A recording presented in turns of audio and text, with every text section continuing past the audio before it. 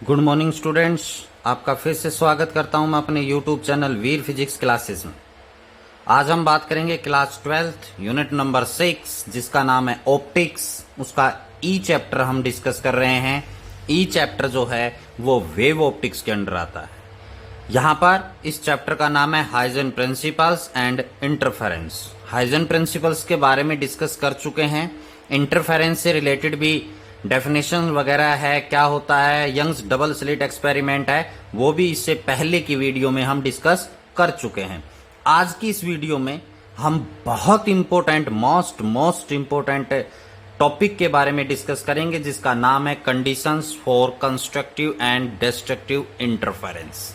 Constructive का मतलब maxima, destructive का मतलब मिनिमा।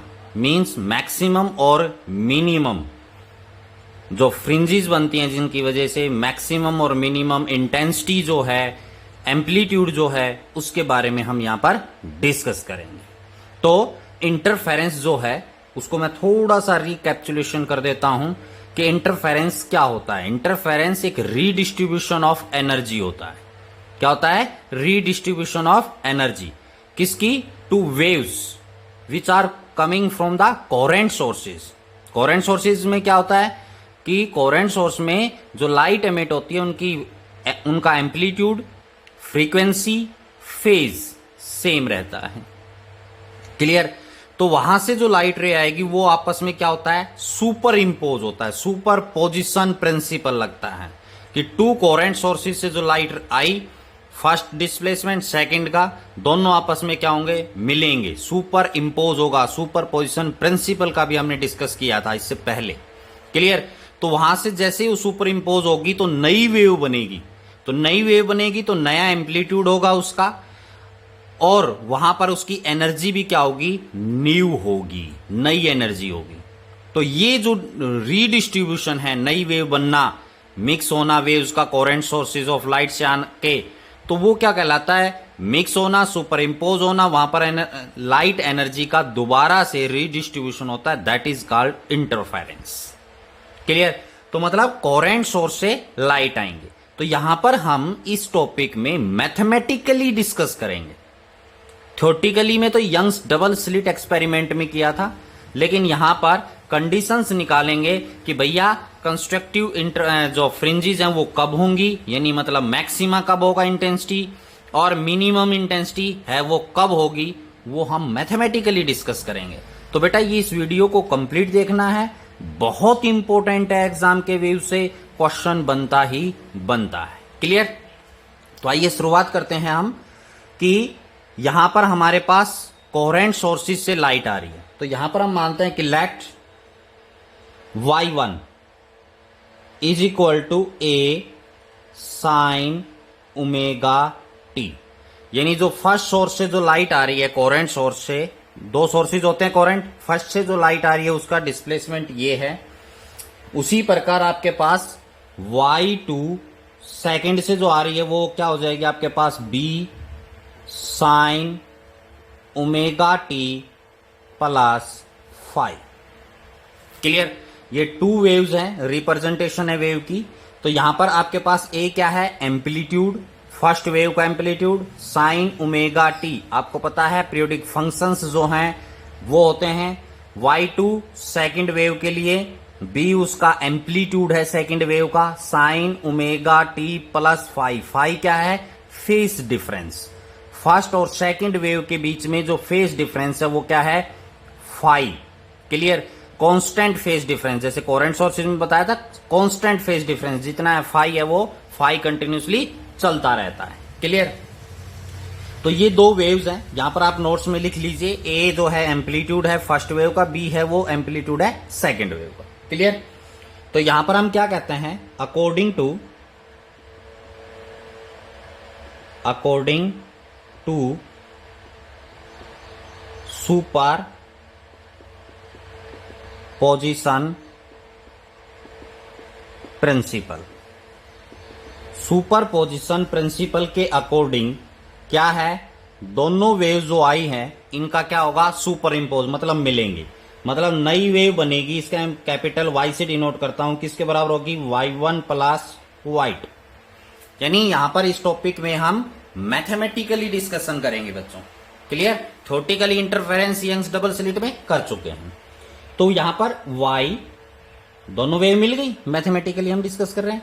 तो y1 a sine omega t, clear, plus y2 कौन है, b sine omega t plus 5, clear, दोनों वेव आपस में मिल गई।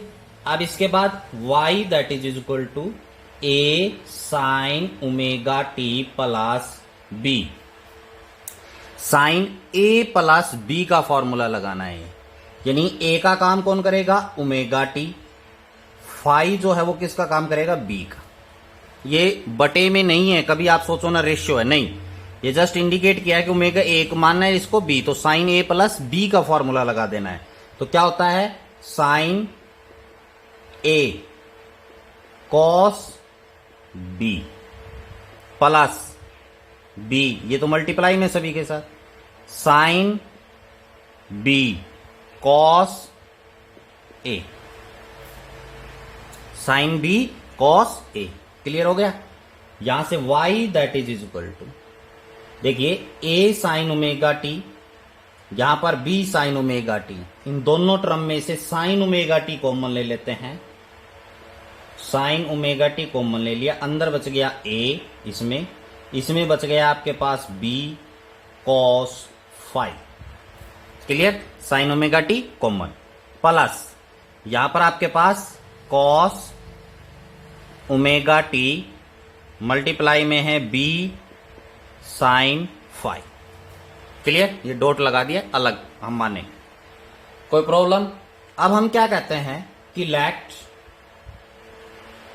a प्लस b कॉस 5, ये वाली टर्म किसके बराबर है, r कॉस थीटा के बराबर मान लिया, इस टर्म को किसके बराबर मान लिया, r कॉस थीटा के।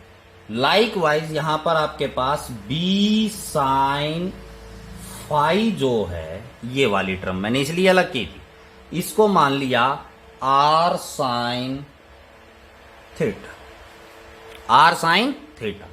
This is equation number first, this is equation number second. तो यहां पर हम इनकी वैल्यू पुट करेंगे, तो y that is equal to sine omega t, a की जगह हम a प्लस b कोस 5 की जगह क्या लिख देंगे, r कोस थीटा, प्लस यहां पर cos omega t, b sine 5 की जगह r sine theta, clear. y that is equal to, r common ले लेते हैं यहां से, अंदर बच जाएगा आपके पास sine omega t cos theta plus sine theta cos omega t, ये अंदर बच गया। तो यहां पर ये किसका फॉर्मूला हो गया, साइन a प्लस b का, जैसे हमने यहां पर लगाया था। तो यहां पर y that is equal to r sine omega t plus theta, ये क्या आ गया आपके पास, रिजल्टेंट वेव आ गई बेटा, इक्वेशन नंबर थर्ड। ये क्या है, रिजल्टेंट वेव है, क्लियर, जब ये दोनों वेव आपस में मिलेंगे। r क्या है, एम्पलीट्यूड, रिजल्टेंट एम्पलीट्यूड, जब ये दोनों वेव आपस में सुपर इंपोज हो जाएगा तो नई वेव बनेगी, उसका एम्पलीट्यूड, जो कि हम अभी कैलकुलेट करेंगे। r क्या है, रिजल्टेंट वेव का एम्पलीट्यूड है, क्लियर। बाकी आपको पता है ट्रिग्नोमेट्री है, साइन फंक्शन, पीरियोडिक फंक्शन भी कहते हैं वेव की फॉर्म में, omega t plus theta, theta क्या है, फेज डिफरेंस, क्लियर। आगे चलें, तो यहां पर आपके पास ये आ गया। अब यहां से हमने क्या निकालना है बेटा, condition for constructive and destructive, maximum और मिनिमम इंटेंसिटी की। तो उसके लिए हमें क्या निकालना पड़ेगा, एम्पलीट्यूड, क्योंकि intensity of light is directly proportional to the square of the amplitude होता है, क्लियर। तो यहां से हम r जो है, रिजल्टेंट वेव जो आई है उसका एम्पलीट्यूड है, वो निकालना है। तो हम क्या करेंगे, adding squaring and adding equation first and second, first और सेकंड की स्क्वेयरिंग करनी है और एडिंग करनी है both side. Squaring and adding equation number first and second both side लिख देता हूं। क्लियर, दोनों साइड। तो यहां पर लेफ्ट हैंड साइड में लेफ्ट हैंड साइड जुड़ेगा, राइट हैंड साइड में राइट हैंड साइड। तो यहां पर आ जाएगा a plus b cos phi का square plus b square sine square phi. Clear, यहां से हमने क्या कर दिया, इनकी adding and squaring both side कर दिया। क्लियर, तो यहां से आपके पास ये आ गया, एडिंग भी कर दी, squaring is equal to right hand side में आ जाइए R square cos square theta plus R square sine square theta. ये क्लियर। अब यहां पर आपके पास, इसको मैं लेफ्ट हैंड साइड लिख लेता हूं, यहां से क्या कॉमन आ जाएगा, are square. R square common आ गया, अंदर बच गया बेटा sine square theta plus cos square theta, that is equal to, यहां पर इनकी स्क्वेयरिंग खोल देता हूं, ए का square plus B square cos square five, A plus B का होल स्क्वेयर, ए का स्क्वेयर प्लस बी का square plus 2ab cos five, क्योंकि ए ये रहा, बी कंप्लीट ये काम करे, plus B square sine square five. बेटा ध्यान से देखना है, मैथमेटिकली स्टेप बाय स्टेप आपको बता रहा हूं।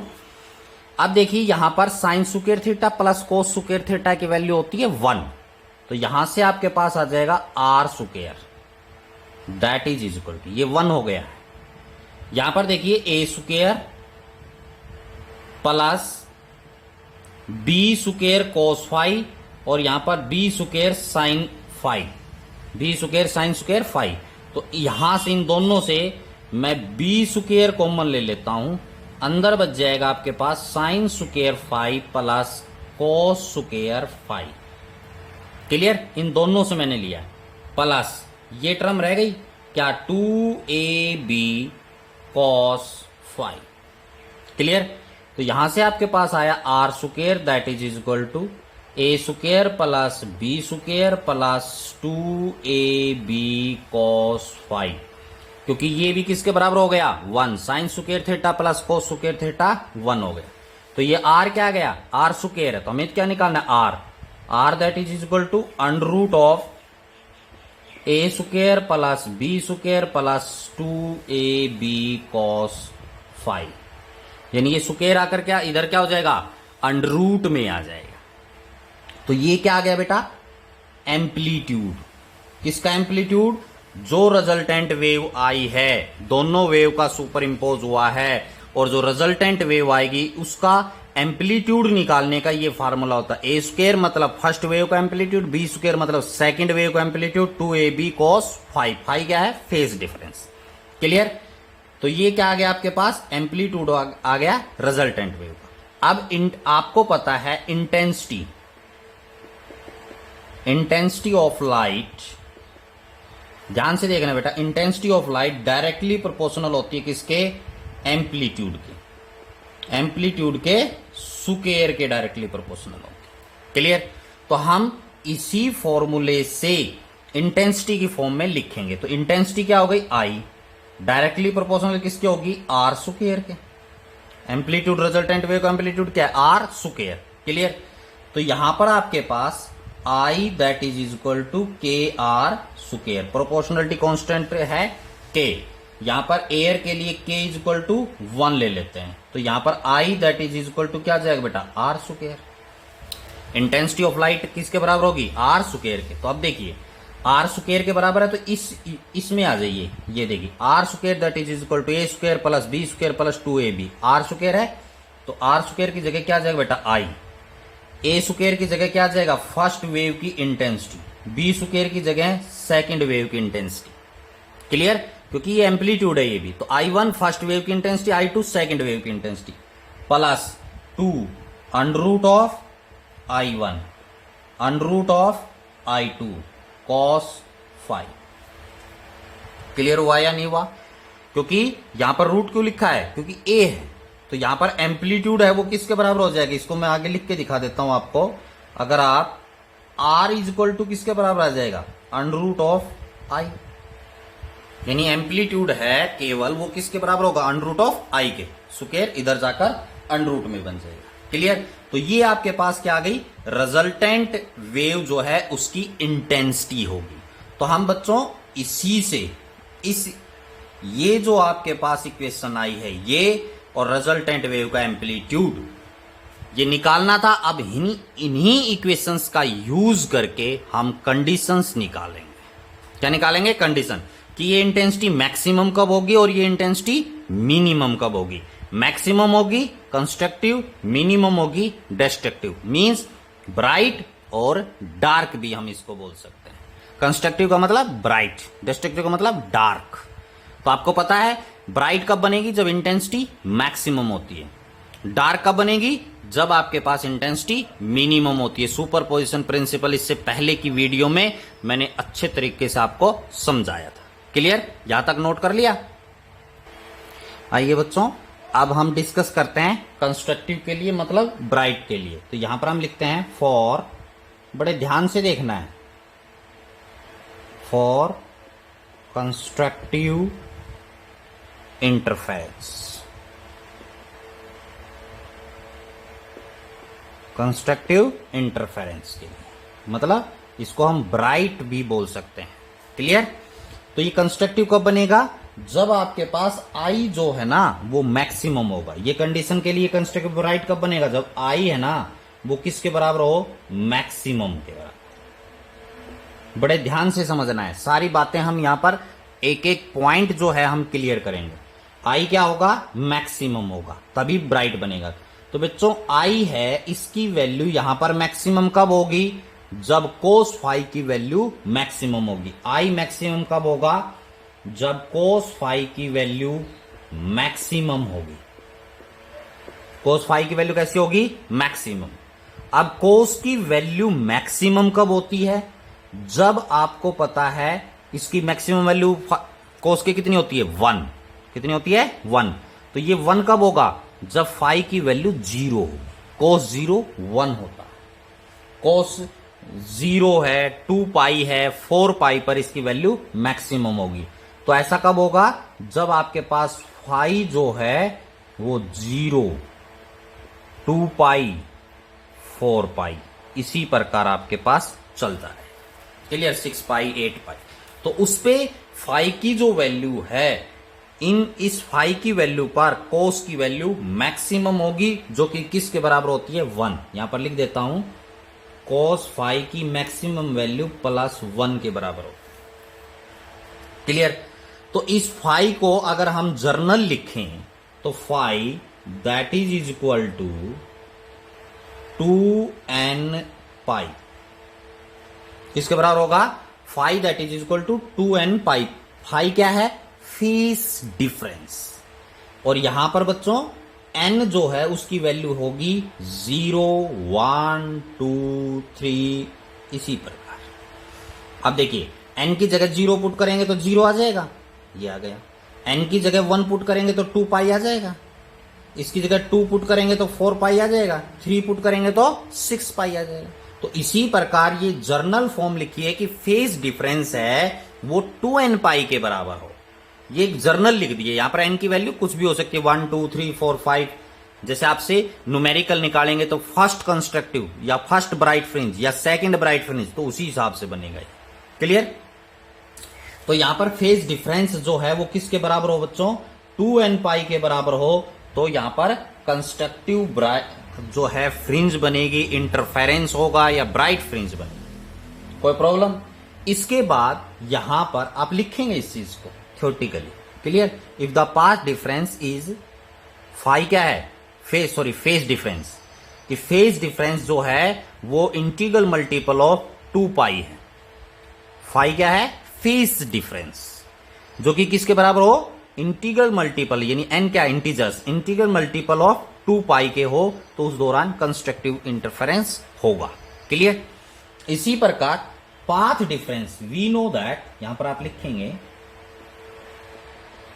वी नो दैट व्हाट, कि जो पाथ डिफरेंस होता है, क्या होता है, पाथ डिफरेंस, जैसे यहां पर हम x मान लेते हैं पाथ डिफरेंस को, वो क्या होता है बेटा, lambda by 2 pi into phase difference होता है।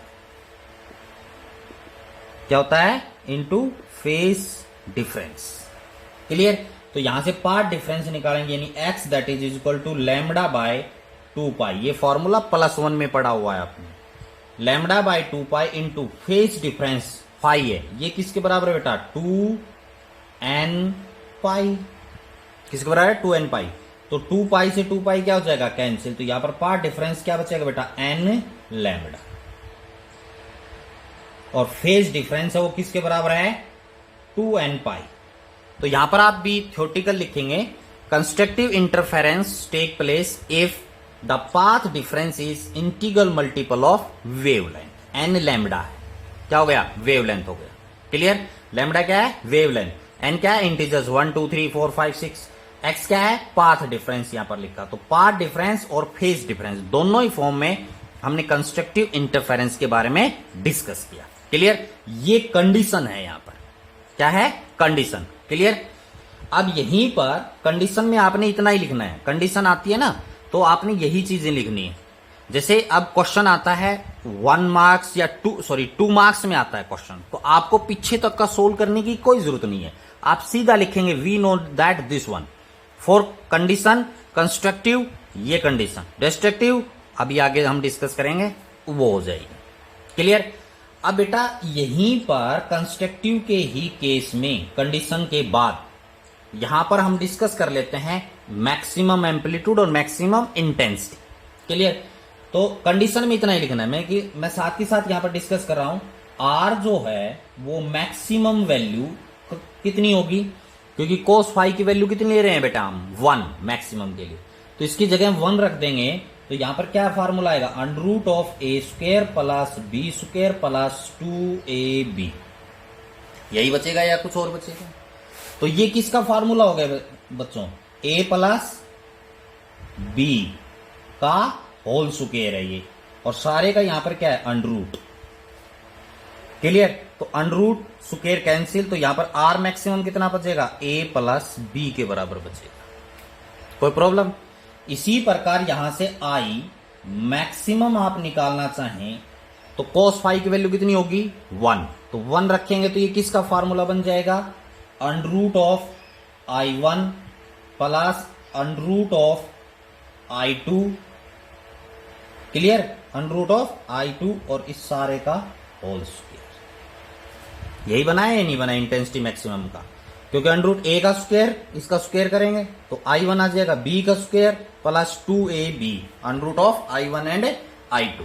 तो यहां पर इंटेंसिटी जो है, मैक्सिमम जो इंटेंसिटी आपके पास आएगी वो आपके पास किसके बराबर आ जाएगी, इस प्रकार ये मैक्सिमम इंटेंसिटी आपके पास होगी। क्लियर। तो ये r maximum and i maximum आप निकाल सकते हैं, न्यूमेरिकल्स में भी इसका आप यूज करें। क्लियर। ये बात हो गई कंस्ट्रक्टिव और मैक्सिमम आर और मिनिमम आर के बारे में, कोई प्रॉब्लम। आगे चलें। तो अब आपके पास देखिए आगे कंडीशन हम निकालते हैं फॉर डिस्ट्रक्टिव इंटरफेरेंस। किसके बारे में, डिस्ट्रक्टिव इंटरफेरेंस के बारे में हम डिस्कस करते हैं। तो डिस्ट्रक्टिव ये कब होगा, डार्क मिनिमम कब होगा, जब आई की वैल्यू है ना वो क्या होगी बेटा, मिनिमम। आई की वैल्यू कैसी हो, मिनिमम।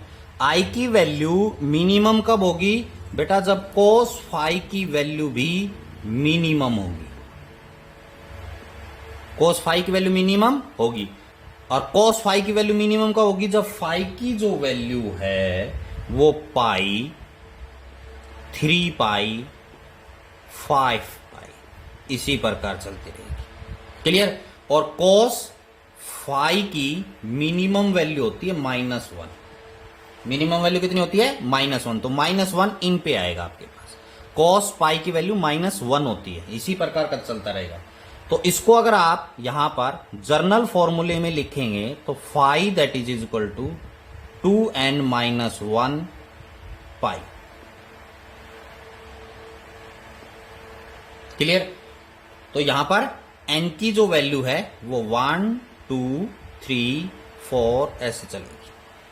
तो अब देखिए n की वैल्यू 1 पुट करेंगे तो 2 - 1 1 बचेगा, पाई आ गया। 2 पुट करेंगे तो 4 - 1 आएगा, यहां पर 3 हो गया। 3 रखेंगे तो 6 - 1 5 पाई। तो इसी प्रकार ये एक जर्नल फॉर्मूला आ गया कि फेस डिफरेंस है वो 2n-1 पाई के बराबर। क्लियर? अब बात कर लेते हैं हम पाथ डिफरेंस की।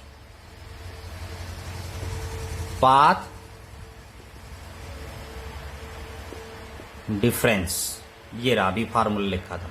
Path difference x that is equal to lambda by 2 pi into phase difference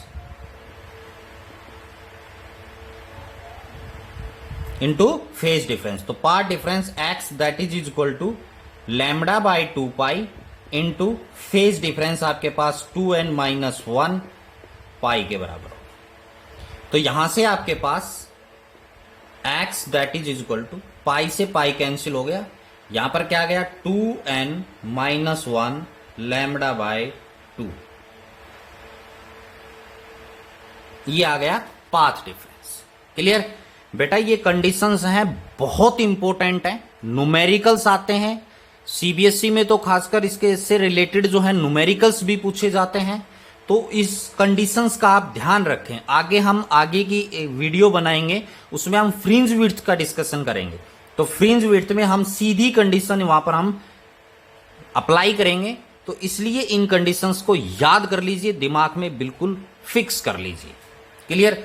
तो यहां पर आपके पास ये आ गया डिस्ट्रक्टिव के लिए, तो आप क्या लिखेंगे, पाथ डिफरेंस जो है डिस्ट्रक्टिव कंडीशन के लिए मल्टीपल होना चाहिए 2n-1 के, यहां पर था 2n के। क्लियर?